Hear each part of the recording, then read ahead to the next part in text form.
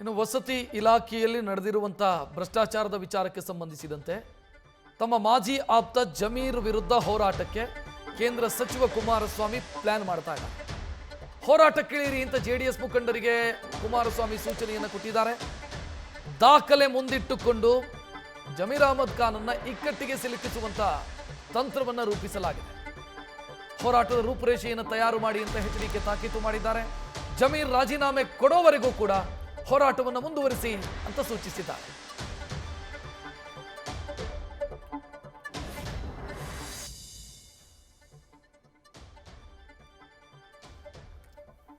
ಕೇಂದ್ರ ಸಚಿವ ಕುಮಾರಸ್ವಾಮಿ ಸದ್ಯ ತಮ್ಮ ಎಂಎಲ್ಎಗಳಿಗೆ ಮತ್ತು ನಾಯಕರಿಗೆ ಸೂಚನೆಯನ್ನು ಕೊಟ್ಟಿದ್ದಾರೆ.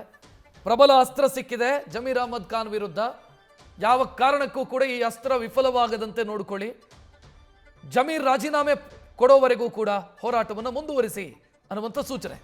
ಹೆಚ್ಚಿನ ಡೀಟೇಲ್ ನೀಡೋದಕ್ಕೆ ನಮ್ಮ ಪ್ರತಿನಿಧಿ ಮಂಜುನಾಥ್ ಫೋನ್ ಸಂಪರ್ಕದಲ್ಲಿ. ಮಂಜುನಾಥ್, ಕುಮಾರಸ್ವಾಮಿ ಅವರ ಸೂಚನೆಯನ್ನ ಜೆಡಿಎಸ್ನ ಎಂಎಲ್ಎಗಳು ಮತ್ತು ನಾಯಕರು ಯಾವ ರೀತಿ ಪಾಲಿಸ್ತಾರೆ? ಯಾಕಂತಂದ್ರೆ ಅವರು ಇದ್ದೂ ಇರದಂತ ಸ್ಥಿತಿಯಲ್ಲಿದ್ದಾರೆ ಸದ್ಯ.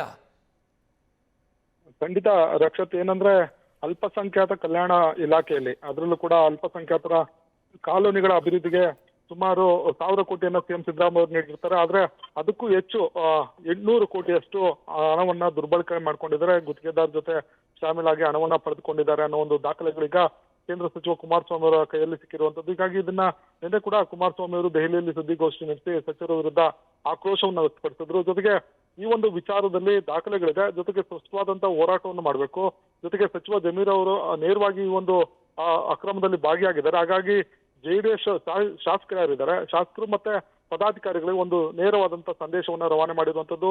ಏನು ಅಲ್ಪಸಂಖ್ಯಾತರ ಒಂದು ಮುಖವಾಡನ್ನು ಇಟ್ಕೊಂಡು ಅದೇ ಸಮುದಾಯಕ್ಕೆ ಮೋಸ ಮಾಡಿರುವಂತಹ ಜಮೀರ್ ವಿರುದ್ಧ ಹೋರಾಟವನ್ನು ಮಾಡಿ, ತಾಲೂಕು ಮಟ್ಟದಲ್ಲಿ ಹೋರಾಟಗಳನ್ನು ಮಾಡಿ, ಜೊತೆಗೆ ಈ ಒಂದು ಹೋರಾಟವನ್ನ ತಾರ್ಕಿಕ ಹಂತಕ್ಕೆ ಅಂದ್ರೆ ಸಚಿವ ಸ್ಥಾನಕ್ಕೆ ರಾಜೀನಾಮೆ ಕೊಡುವವರೆಗೂ ಹೋರಾಟ ಮಾಡಬೇಕು ಅನ್ನೋ ಒಂದು ಸೂಚನೆಯನ್ನ ಕೊಟ್ಟಿರುವಂತದ್ದು. ಇನ್ನೊಂದ್ ಕಡೆ ಜೆಡಿಎಸ್ ನಾಯಕರು ಈ ವಿಚಾರವನ್ನ ನೀವು ಹೇಳಿದಾಗೆ ಯಾವ ರೀತಿ ತೆಗೆದುಕೊಳ್ತಾರೆ ಅನ್ನೋದು ಒಂದು ಪ್ರಶ್ನೆ ಆಗಿರುವಂತದ್ದು. ಯಾಕಂದ್ರೆ ಪಕ್ಷದ ಯಾವುದೇ ಹೋರಾಟಗಳಾಗಿರ್ಬೋದು ಅಥವಾ ಯಾವುದೇ ವಿಚಾರಗಳಲ್ಲಿ ಶಾಸಕರು ತಾವು ಇದ್ದು ರೀತಿ ಕಾಣಿಸ್ಕೊಳ್ಳೋದು, ಪಕ್ಷದಲ್ಲಿ ಒಂದಷ್ಟು ಗೊಂದಲಗಳು ಕೂಡ ಇರುವಂತದ್ದು. ಆದ್ರೆ ಈ ಒಂದು ವಿಚಾರ ಏನು ಸರ್ಕಾರ ಅಧಿಕಾರಕ್ಕೆ ಬಂದಂದ್ರೆ ಕಾಂಗ್ರೆಸ್ ಸರ್ಕಾರ ಅಧಿಕಾರಕ್ಕೆ ಬಂದ ನಂತರ ಒಂದು ಪ್ರಮುಖವಾದಂತಹ ಅಸ್ತ್ರ ಸಿಕ್ಕಿರುವಂತದ್ದು. ಈ ಅಸ್ತ್ರವನ್ನ ಬಳಸಿಕೊಂಡು ಕಾಂಗ್ರೆಸ್ ಸರ್ಕಾರವನ್ನ ಇಕ್ಕಟ್ಟಿಗೆ ಸಿಲಿಸಬೇಕು ಅನ್ನೋ ನಿಟ್ಟಿನಲ್ಲಿ ಈಗಾಗಲೇ ಕುಮಾರಸ್ವಾಮಿ ಅವರು ಆಪ್ತರು ಮತ್ತು ಕುಮಾರಸ್ವಾಮಿ ಅವರು ದಾಖಲೆಗಳನ್ನ ಸಂಗ್ರಹ ಮಾಡಿ ಒಂದು ಹೋರಾಟಕ್ಕೆ ಸೂಚನೆ ಕೊಟ್ಟಿದ್ದಾರೆ. ಜೊತೆಗೆ ಇವತ್ತು ಏನು ಜೆಡಿಎಸ್ ಕಾನೂನು ಘಟಕದಿಂದ ರಾಜ್ಯಪಾಲರಿಗೂ ಕೂಡ ಒಂದು ದೂರನ್ನ ಕೊಟ್ಟಿದ್ದಾರೆ.